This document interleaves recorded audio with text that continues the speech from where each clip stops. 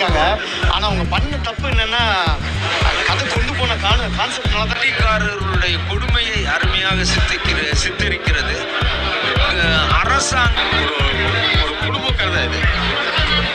குழந்தைங்களோட ஒரு சீன் வரணும். இந்த சீன் ஏன் காமிக்கல? ஹீரோன் அப்பா இறந்துட்டாங்கன்னா இப்போ அது கவுண்ட் காமிக்கணும்.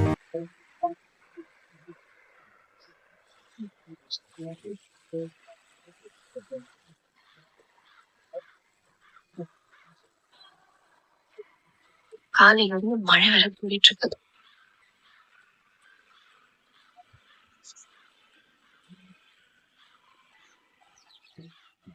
பாக்க ரொம்ப நேரமா கத்திட்டு இருக்குல்ல, போய் தான் சாப்பிட வை.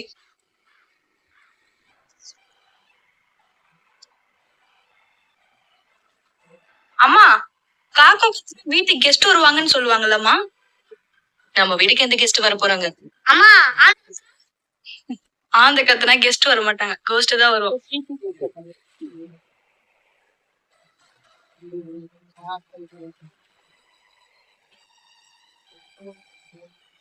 இப்ப நேர்ல வந்துட்டா வாடா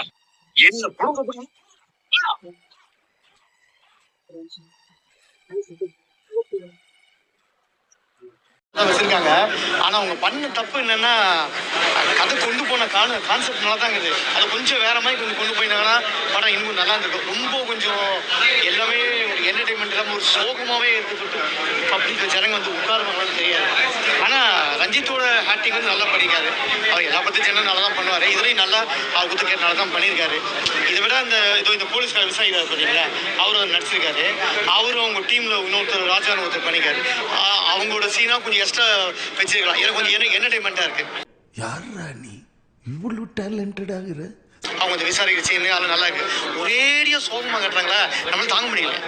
அதாவது உண்மையிலேயே கடன் தொல்லை வாங்கினவன் கண்டிப்பாக வந்து பாதிக்கப்பட்டு அவங்க மனுஷன் வந்து உண்மையிலேயே வந்து தற்கொலை பண்ணிக்க குடும்பம் வந்து ஒரு 2 மணி நேரம் படத்தில் வந்து நம்ம காட்டும்போது நம்ம ஒரு மாயா இருக்கு. அதை கொஞ்சம் சரியாகவும் கொண்டு போல, அது நம்மளுக்கு ஒரு மாதிரியா இருக்கு. அது ஜனங்க வந்து பார்ப்பாங்களா இல்லையான்னு தெரியல நம்மளுக்கு. என்னோட தனிப்பட்ட கருத்து பார்க்க மாட்டாங்க. சரி, இறுதி முயற்சி ஒரு நல்ல முயற்சி. வேற மாதிரி கொண்டு போய்க்கலாம். அதான் சொன்னேன் சார், அவங்க எடுத்த கான்செப்ட் வந்து கந்து வெட்டி வாங்கினவங்களோட குடும்பம்லாம் இப்படி தான் பாதிக்குதுன்னு சொல்லி எடுத்த கான்செப்ட் நல்லா இருக்கு. ஆனால் வந்து அது கொண்டு போன விதம் சரியில்லை. அந்த சோகம் மெயின். நீங்கள் போய் படம் பாருங்க, ஏந்து வந்துடுவீங்க. அது இறுதி முயற்சி சொல்கிறாங்க பார்த்தீங்களா, இந்த படத்தை பார்க்கறதுனால அவங்க தற்கொலை பண்ணியதை விட பார்க்குறவங்க தான் தற்கொலை பண்ணிப்பாங்க. 190 பார்த்து தான் வேஸ்ட்டு. அது நல்லா இல்லை படம். ஆனாப்பா ரஞ்சித் நல்லா பண்ணி குடும்பத்தோடு பார்க்க வேண்டிய படம். கடன் தொல்லை என்பதால் பாதிக்கப்படுகிறவர்கள் இறுதியாக தற்கொலை என்ற முடிவை எடுக்கக்கூடாது என்ற பாடத்தை இந்த படம் புகட்டுகிறது. குறிப்பாக கந்துவட்டிக்காரர்களுடைய கொடுமையை அருமையாக சித்தரிக்கிறது. அரசாங்கமும் காவல்துறையும் கந்துவட்டி கொடுக்கக்கூடிய நபர்களை கண்டறிந்து அவர்களை தண்டிக்க வேண்டும் என்பதற்கு இது ஒரு உதாரணமான படமாக திகழ்கிறது. என்னங்க எனக்கு ஒண்ணுமே புரியல. அதுதானப்பா எனக்கும் புரியல. கதாநாயகன் ரஞ்சித் சார் அவர்களும் கதாநாயகி மீனாட்சி மேடம் அவர்களும் குடும்பப்பாங்காக நடித்து ஒரு குடும்பம் எப்படியெல்லாம் இருக்க வேண்டும் என்பதற்கு எடுத்துக்காட்டாக நடித்திருக்கிறார்கள்.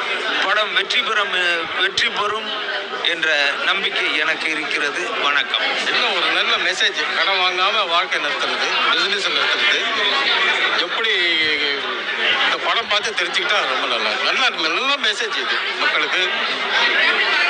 லேடிஸ்க்காகட்டும், ஃபேமிலி லேடிஸ்க்காகட்டும் ஒரு குடும்ப கதை இது. குழந்தைங்களோட உட்காந்து படம் பார்க்கலாம்.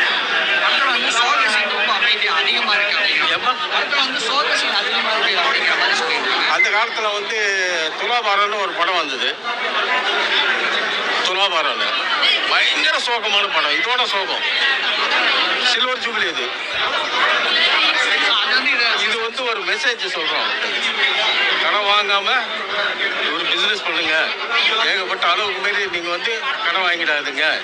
அது ஒரு நல்ல மெசேஜ். இது ஒரு கடன் வாங்கினா எவ்வளவு கஷ்டப்படுறாங்க அந்த கடன் கொடுக்கறதுக்கு. இப்ப அது அந்த கதை பிடிச்சிருந்தது, எனக்கு பிடிச்சிருந்தது. படம் நல்லா இருந்துச்சுப்பா. இந்த கந்து வெட்டி கொடுமை இதெல்லாம் நல்லா எடுத்திருக்காங்க. அதுக்கப்புறம் வந்து ஒரு குடும்பத்துல எவ்வளவு கஷ்டம் இருக்குன்றத அப்படியே உணர்த்துற மாதிரி 2 பேர்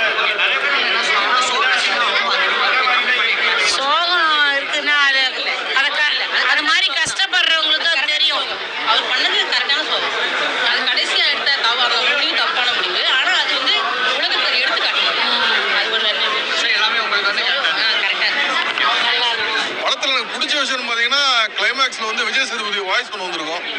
அது வந்து கொஞ்சம் எதிர்பாராமல் வந்துச்சு. அது கொஞ்சம் நல்லா இருந்துச்சு. அது பிடிச்சிருந்து. படம் மெயினாக வந்து பார்த்தீங்கன்னா அந்தளவுக்கு இந்த ஸ்டோரி அண்ட் ஸ்க்ரீன் பிளே வந்து பெருசாக பண்ணல. அது ரொம்ப வீக்காக இருக்குது. ஸோ ரைட்டிங்கே ரொம்ப வீக்காக இருக்கும்போது டோட்டல் படமே வந்து உட்காந்துருச்சு. ஒரு கந்துவட்டி பிரச்சனையில் வந்து ஹீரோ மாட்டுறாரு. பட் அதுக்கு வந்து இப்போ நெக்ஸ்ட் போகும்போது வேற விஷயத்த சொல்லணும். ஸோ ஒரே கண்டென்ட்டுக்கு தான் வேற சீன்ஸ் வச்சுருக்காங்க. ஸோ அந்த மாதிரி விஷயங்கள் ஒரு பெரிய மைனஸ் இருக்குது. இன்னொன்று படத்தில் வந்து ஐ திங்க் பட்ஜெட் இஷ்யூஸ் ரொம்ப இருந்துன்னு நினைக்கிறேன். ஸோ பட்ஜெட் இஷ்யூஸ் இருக்கும்போது நீங்கள் என்ன பண்ணிடணும்னா ரைட்டிங்கில் அதுக்கு ஏற்றப்பல வந்து கொண்டு போகணும். நீங்கள் ஆடியன்ஸ் வந்து இது ஒரு சீன் வரணும், அந்த சீன் ஏன் காமிக்கல, ஹீரோயின் அப்பா இறந்துட்டாங்கன்னா இப்போ அது க்ரௌடு காமிக்கணும், அங்கே வந்து ஒரு வெள்ளை துணி போடணும், அந்த பாடம் போடணும், அதுக்கெல்லாம் ஒரு செலவு இருக்குல்ல. அதை கட் பண்ண சொல்லிட்டு லைட்டாக வந்து ஹீரோயின் தனியாக போயிட்டு வந்துட்டு நீங்கள் வந்து அழுகிறது. நீங்கள் அந்த மாதிரிலாம் அவாய்ட் பண்ணணும்னா அது வந்து டோட்டல் அந்த சீனே அவாய்ட் பண்ணிடணும். ஸோ லோ பட்ஜெட்டில் என்ன பண்ணுங்கிறத வந்து சீனில் கொண்டு வந்துடணும். ஸோ அந்த மாதிரி விஷயங்கள் நிறைய விஷயங்கள் வந்து பட்ஜெட் கட் பண்ணதெல்லாம் க்ளீனாக ஆடியன்ஸ் கண்ணுக்கு தெரிகிற அளவுக்கு கட்டாது.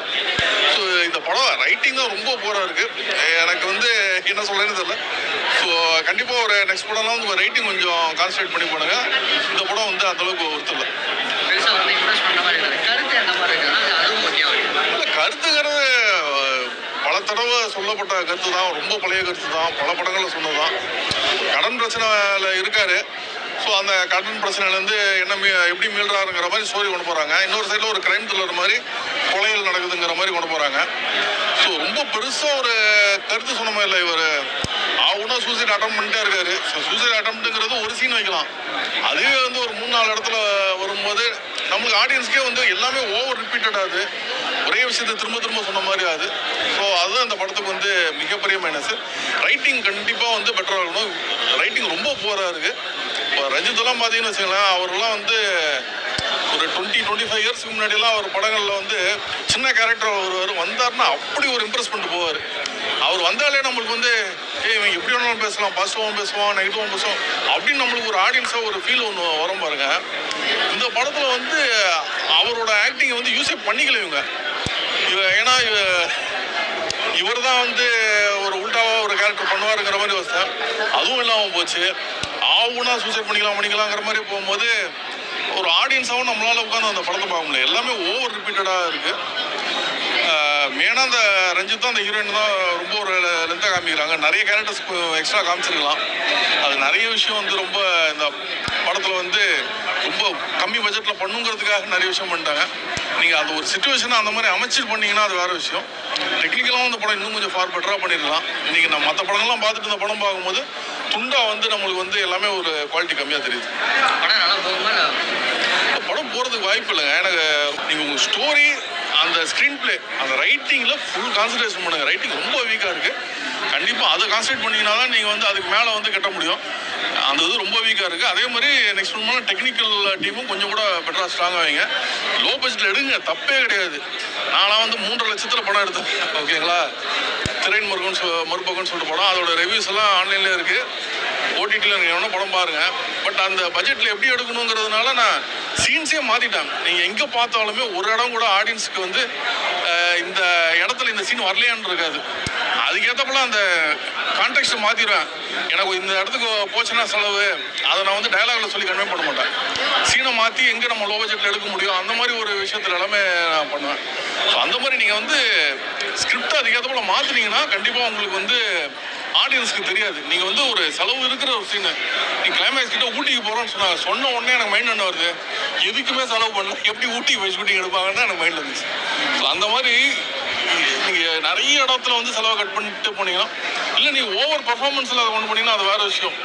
அது வந்து ஏதாவது ஒரு இடத்துல 2 இடத்துல வேணும் வைக்கலாம். எல்லா இடமே அந்த மாதிரி வச்சிங்கன்னா, உதாரணத்துக்கு நம்ம கமல்ஹாசன் சார் படம் ஒன்று வந்திருக்கோம், எனக்குள் ஒருவன்னு சொல்லிட்டு, இல்லை உன்னை போல் ஒருவன்னு சொல்லிட்டு, அதில் வந்து அந்த ஒரு டெரரிசம் பற்றி ஒரு விஷயத்தை வந்து, ஏன்னா அது வந்து ரியல் லைஃப்பில் நடந்த ஒரு இன்சிடெண்ட்டை சொல்லுவார். ஸோ அவர் அந்த ஆக்டிங்கில் அதை ஃபுல்லாக அவ்வளோ டெப்த்தாக கொண்டு போவார். ஸோ அது அந்த சீனை பார்க்கும்போது செலவுக்கு அவங்க பண்ணல, ஏன்னா அது ஒரு ரியல் லைஃப் நடந்த ஒரு விஷயம். அது ஒரு common மேனுக்கான. Please subscribe our new channel GALLAPETTI Tamil.